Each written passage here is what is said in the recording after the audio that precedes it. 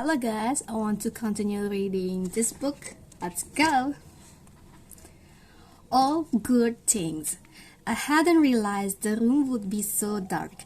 It was the first recital I had ever attended, though I had once seen part of a Punch and Judy show when Mother took me to visit her sister, Dee, in Riverton.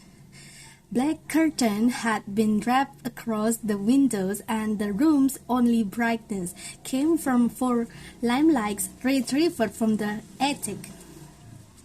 They glowed yellow along the front of the stage, casting light upwards and glazing the performer in a ghostly shimmer. Fanny was on stage singing the final bars of the wedding glade, batting her eyelids and trailing her notes. She hit the final G with a strident F, and the audience broke into a round of polite applause.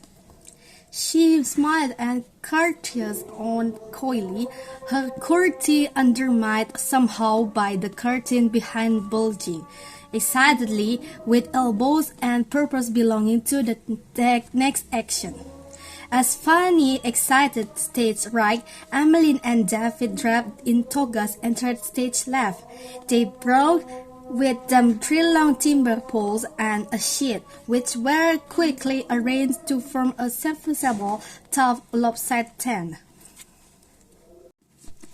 They knelt beneath, holding their position as a house fell over the audience. A voice came from beyond. "Ladies and gentlemen, a scene from the book of Numbers." A murmur of approval. The voice. "Imagine, if you will, in ancient times, a family camped on a mountainside. A sister and brother gathering in private to discuss the recent marriage of their brother." A round of light applause. Then Emmeline spoke, voice buzzing in self-importance. "But brother, what has Moses done?" "He has taken a wife," said David rather totally. "But she is not one of us," said Emily, eyeing the audience. "No," said David, "you are right, sister, for she is an Ethiopian." Emmeline shook her head, adopting an expression of exaggerated concern. "He has married outside the clan. Whatever will become of him?" Suddenly, a loud, clear voice from behind the curtain, amplified as if traveling through space, more likely a rolled-up piece of cardboard. "Aaron! Miriam!" Emmeline gave her best performance of fearful attention. "This is God, your father. Come out, unto the tabernacle of the congregations." Emmeline and David did as they were told, shuffling from beneath the teepee to the front of the stage. Flickering lamplights threw an army of shadows onto the sheet behind. My eyes had adjusted to the dark, and I was able to identify certain members of the audience by their familiar shapes. In the front row of finely dressed ladies, Lady Clementine's tumbling shawls and Lady Philip's feathered hat. A couple of rows behind, the mayor and his wife. Closer to me, Mr. Frederick had high legs crossed, eyes focused sharply ahead. I studied his profile. He looked different somehow. The flickering half-light gave his high cheekbones a cadaverous appearance and his eye the look of glass. His eyes, he wasn't wearing glasses. I had never seen him without. The Lord began to deliver his judgment, and I returned my attention to the stage. "Miriam and Aaron, wherefore were ye not afraid to speak against my servant Moses?" "We are sorry, father," said Emmeline. "We were just enough. My anger is kindled against 3. There was a burst of thunder, and the audience jumped. A cloud of smoke plumped from behind the curtain, spilling over onto the stage. Lady Violet exclaimed, and David said in a stage whisper, "It's all right, Grandmama. It's part of the show." A ripple and amused laughter. "My anger is colored against thee." Hannah's voice was fierce, bringing the audience to silence. Daughter, she said, and Emmeline turned away from the audience to gaze into the dissipating cloud. "Two are clippers." Emmeline's hands flew to her face. "No!" she cried. She held a dramatic pause before turning to the audience to reveal her conditions. The audience was silent, waiting the Lord's response. "No, it came. I don't think I will. She will be shut out from camp for 7 days. Only then will she be received again." As Emmeline sank to her knees and David laid his hand on her shoulder, Hannah appeared from stage left. The audience drew breath as one. She was dressed immaculately in men's clothing, a suit, top hat, walking cane, watch, and on the bridge of her nose, Mr. Frederick Claus's. She is walked to center stage, twirling her cane like a dandy. Her voice, when she spoke, was an excellent imitation of her father's. "My daughter will learn that there are some railings for girls and others for boys." She took a deep breath, straightened her hat. "To allow otherwise is to start on the slippery slope to women's suffrage." The audience sat in electric silence, raw and raw mouthed agape. My eyes saw Mr. Frederick, still in his seat. He was rigid as a birch pole. As I watched his soldiers began to tweet, and I feared he was on the verge of one of the rage to which Nancy had alluded. On stage, the children stood frozen in tableau like dolls in a doll's house, watching the audience while the audience watched them.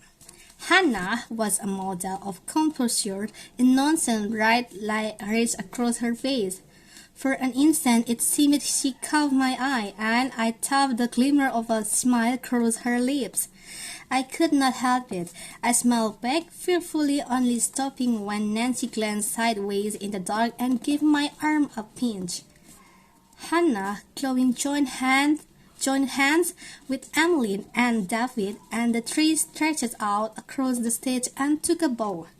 As they did, a glob of jam-smeared cream dropped from Emmeline's nose and landed with a sizzle on a nearby limelight. "Just so! Come!" a high fluty voice from the audience. "Lady Clementine." A fellow I now knew, a fellow with leprosy out in India. His nose dropped off just like that in his shaving dish. It was too much for Mr. Frederick. His eyes met Hannah's, and he began to laugh.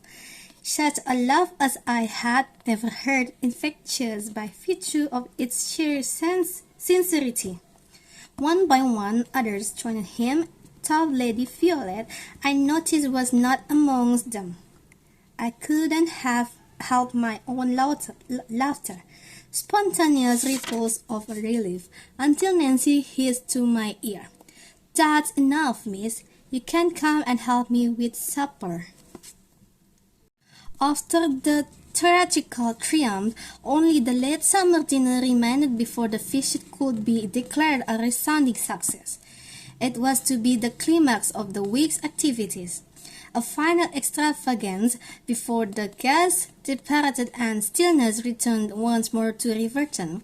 Dinner guests, including Mrs. Thompson de Fulke, Lord Ponsonby, one of the king's cousins, were expected from as far away as London, and Nancy and I, under Mr. Hamilton's careful scrutiny, had spent all afternoon laying the table in the dining room.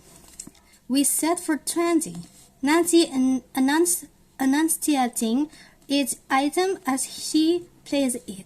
A spoon for soup, fish knife and fork, two knives, two legs, forks for crystal wine glasses of varying proportion.